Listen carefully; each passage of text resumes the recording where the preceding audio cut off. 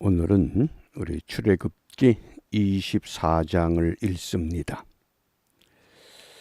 우리가 항상 하나님의 말씀을 읽을 때 구약은 장차 오실 메시아에 대한 예언, 또 신약은 이 땅에 오신 메시아, 가장 중요한 핵심이 우리가 어떤 말씀을 읽든지 그 말씀에서 우리 예수님을 만나야만 됩니다. 그 예수님을 만나지 못하면 아무리 우리가 말씀을 많이 읽고 또 많이 묵상을 해도 그 읽은 것과 묵상은 자기 훈련이지 말씀에 대한 올바른 자세가 될 수가 없습니다. 오늘 출애굽기 24장에서 우리에게 무엇을 말씀하시느냐? 먼저 24장의 개요를 좀 함께 나누고자 합니다. 특별히 24장은 20장에서 시내산에 언약을 주셨습니다. 그것이 10가지 계명입니다. 우리가 흔히 10계명이라고 하는 것, 그 10가지 계명을 주시고 그 10가지 계명에 대한 언약식을 오늘 24장에서 소개합니다. 그래서 1절부터 11절까지의 내용이 언약을 맺는 언약식입니다. 그 언약식을 맺을 때에 그 매개체가 피를 갖고 언약식을 맺습니다. 거기에 피가 사용되었다고 하는 겁니다. 그리고 언약식을 맺은 후에 12절부터 18절에 모세가 하나님의 산에 올라가서 40일을 머물게 되고 하나님이 직접 기록하신 율법과 계명의 돌판을 받게 됩니다. 이 계요를 기억하시고 오늘 우리가 함께 묵상할 주제가 언약의 피입니다. 언약의 피, 8절 말씀입니다. 우리 함께 읽습니다. 모세가 그 피를 취하여 백성에게 뿌려 가로되 이는 여호와께서 이 모든 말씀에 대하여 너희와 세우신 언약의 피니라. 아멘. 언약, 약속을 맺는데 약속의 징표로 피를 사용했다 그 뜻입니다. 20장에서 하나님께서 하나님의 언약으로 10가지 계명을 주셨습니다. 이제 그 계명을 받은 하나님의 백성들이 하나님께서 모세에게 하나님의 계명을 불러줍니다. 모세가 그것을 받았습니다. 그리고 그 언약서를 모세가 하나님의 백성들에게 읽기 시작합니다. 그럴 때에 모든 백성들이 모세가 읽어주는 그 언약의 말씀을 듣고 모든 말씀을 우리가 지키겠습니다. 모든 말씀을 우리가 지키겠습니다. 이렇게 백성들이 함께 고백합니다. 그때에 모세가 그 번제와 화목제를 위해서 희생의 제물로 잡았던 소의 피를 양푼에 담았습니다. 그래서 그 피를 절반은 단에다가 이미 뿌렸고 회중들이 모든 말씀을 우리가 지키겠습니다. 그럴 때 나머지 절반의 피를 회중들에게 뿌린 겁니다. 그게 언약의 피입니다. 피를 통해서 약속을 확인한 겁니다. 아담과 하와가 하나님의 명령을 거역하고 자기들의 벌거벗은 것을 깨닫고는 무화과 나무 잎을 엮어서 부끄러움을 감추었을 때에 하나님께서 가죽옷을 지어서 입히셨습니다. 그 가죽옷의 의미가 무엇입니까? 피로 만든 옷입니다. 그 피로 만든 옷이 요한계시록 17장 14절에서 어떻게 발전이 됐습니까? 어린 양의 피에 옷을 씻어 희게 되었다. 피가 없는 옷은, 피가 없는 삶은 아무런 의미가 없습니다. 아무리 도덕적으로 흠이 없고 정결한 삶을 살았다 할지라도 그것은 무의미하다는 겁니다. 그러니까 모세가 그 피를 취하여 번제와 화목제의 피를 취해서 백성에게 뿌려 가로되 이는 여호와께서 이 모든 말씀에 대하여 너희와 세우신 언약의 피다.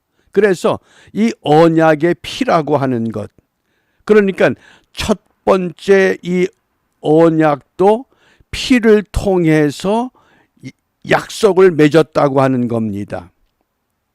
그냥 십계명의 돌비를 준 것으로 끝난 것이 아니라 십계명을 주셨을 때에 그 계명이 피를 통해서 맺은 언약이라고 하는 것, 이것이 분명히 강조되어야만 예수님께서 이 땅에 오셔서 피의 언약이 성취가 되는 겁니다. 이제 우리가 그 관계를 성경을 통해서 좀 더 심층적으로 함께 나눠보겠습니다. 우리 레위기 17장 11절입니다. 우리 함께 읽습니다. 육체의 생명은 피에 있음이라.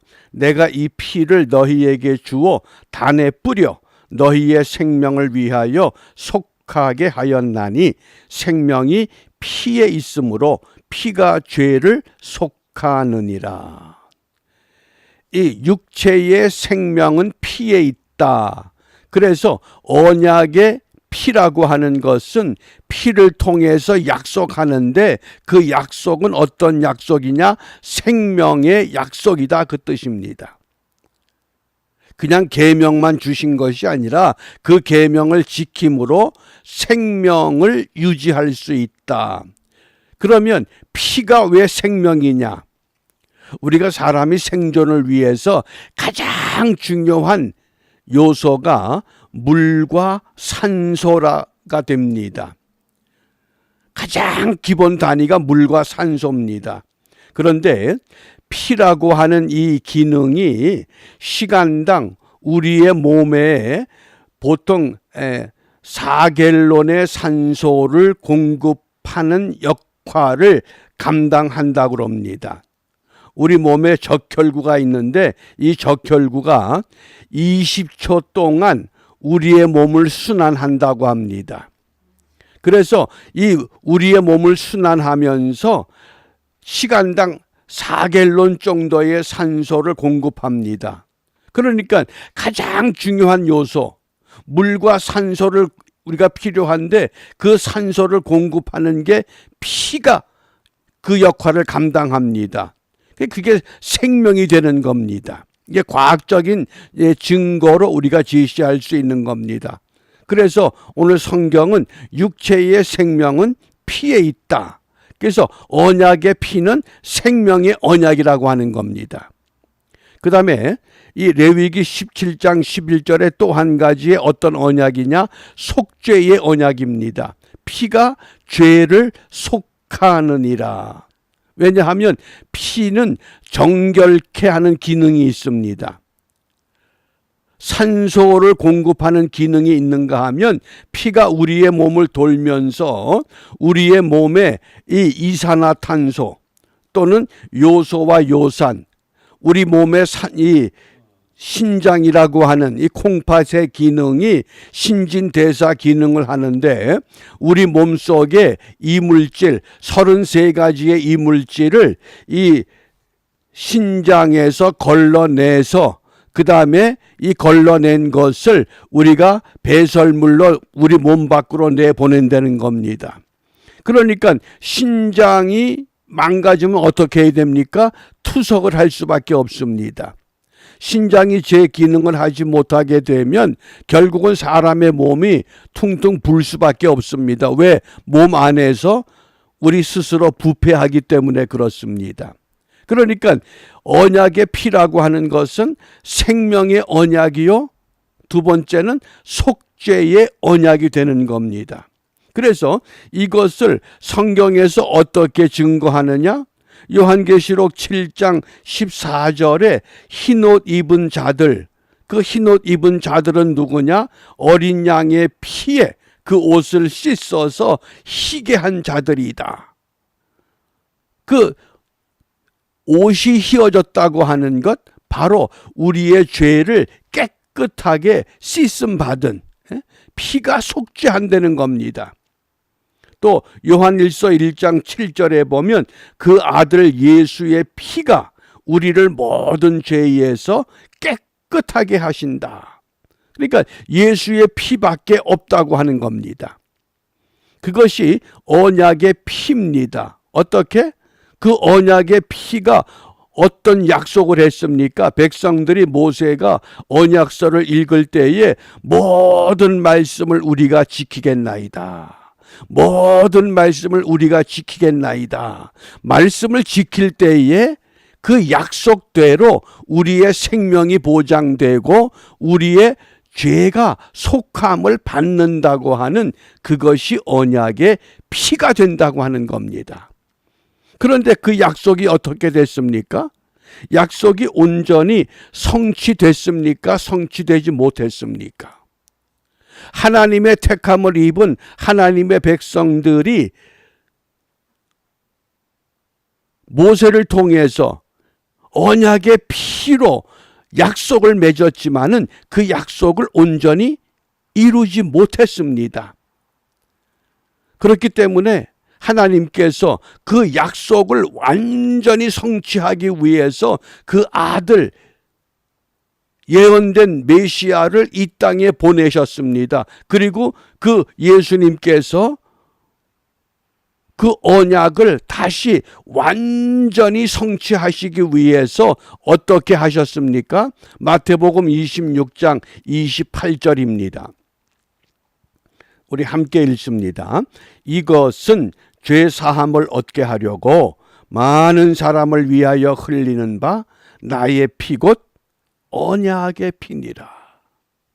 그러니까 십계명을 중심으로 모세를 통해서 세웠던 첫 번째 언약의 피가 완전히 준행되지 못했기 까닭에 이번에는 하나님의 아들이신 예수 그리스도의 피로 인해서 완전한 생명, 완전한 속죄를 이루기 위한 언약의 피로 오늘 우리에게 약속을 이루고 주셨다는 말씀입니다. 그래서 이 약속을 어떻게 확증하셨느냐? 히브리서 7장 22절입니다. 이와 같이 예수는 더 좋은 언약의 보증이 되셨느니라. 그래서 우리 예수님께서 언약의 보증이 되셨다는 겁니다. 언약을 보증했다는 겁니다. 어느 누구도 그 언약의 보증을 쓰질 못합니다. 천사도 보증을 못 씁니다. 그러나 우리 예수님께서 이 언약의 보증, 이건 성경에 한 번밖에 나오지 않는 용어입니다. 엥기오스라고 하는 단어입니다. 이와 같이 예수는 더 좋은 언약의 보증이 되셨다.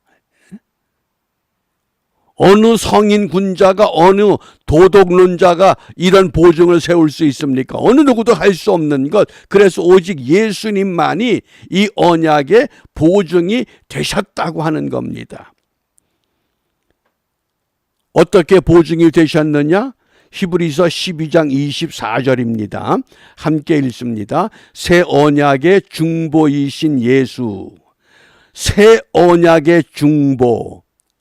이것이 언약의 보증과는 다른 내용입니다. 보증은 딱 한 번밖에 안 되지만은 여기 중보라고 하는 단어는 메시테스라고 하는 것 단어를 사용하는데 언약의 중보자가 되신 예수님입니다.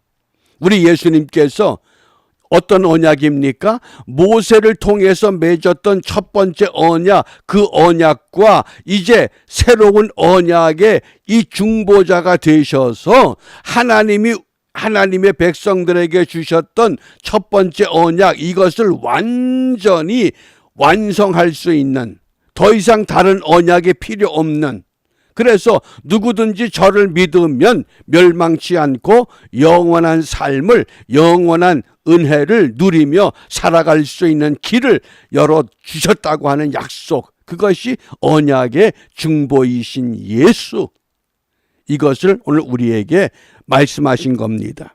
그러니까 출애굽기 24장은 언약의 피를 통해서 첫 번째 은혜의 기회를 주셨는데, 그 은혜의 기회를 하나님의 백성들이 잃어버렸습니다.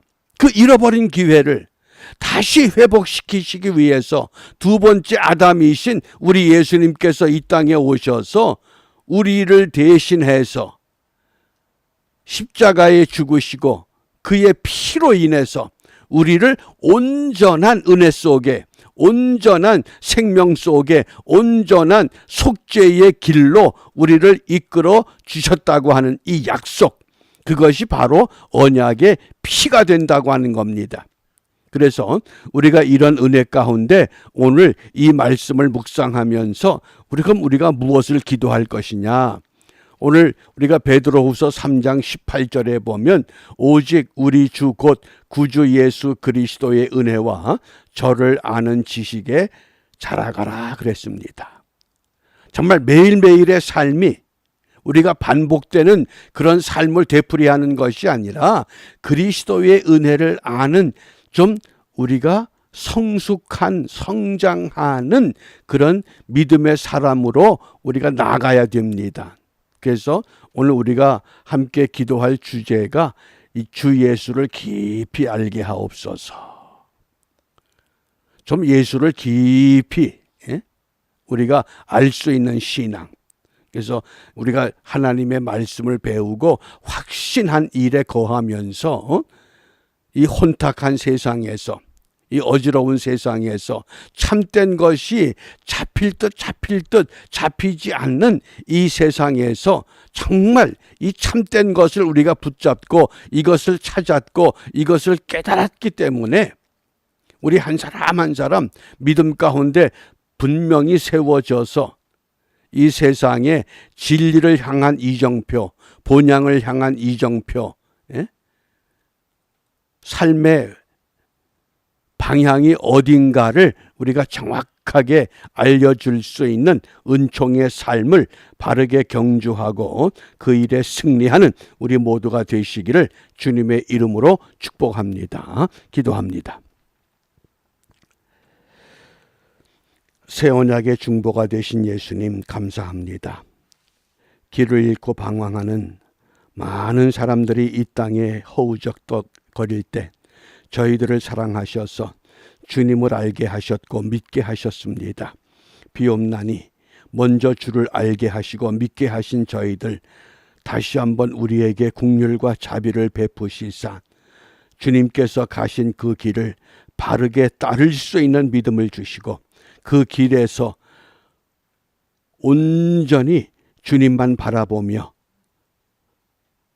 오늘도 시험에 빠져, 오늘도 낙심 가운데서, 오늘도 세상에 빠져 방황하는 사람들, 저들을 향해서 구원의 생명줄을 던져 주님께로 함께 나아가는 일에 우리 모두가 생명의 삶을 바르게 세워나가는 믿음의 사람들로만 살아갈 수 있도록 우리 한 사람 한 사람을 주님 편에 세워주시고 이러한 은혜가 회복되게 하시고 이러한 은혜가 이 땅에 온전히 세워짐으로 말미암아 하나님의 구원선이 더 많은 사람들을 태워서 하나님 나라가 확장되는 기쁨과 보람을 함께 누리는 은혜가 충만한 이 하루가 되도록 인도하여 주시옵소서. 예수님 이름으로 기도합니다. 아멘.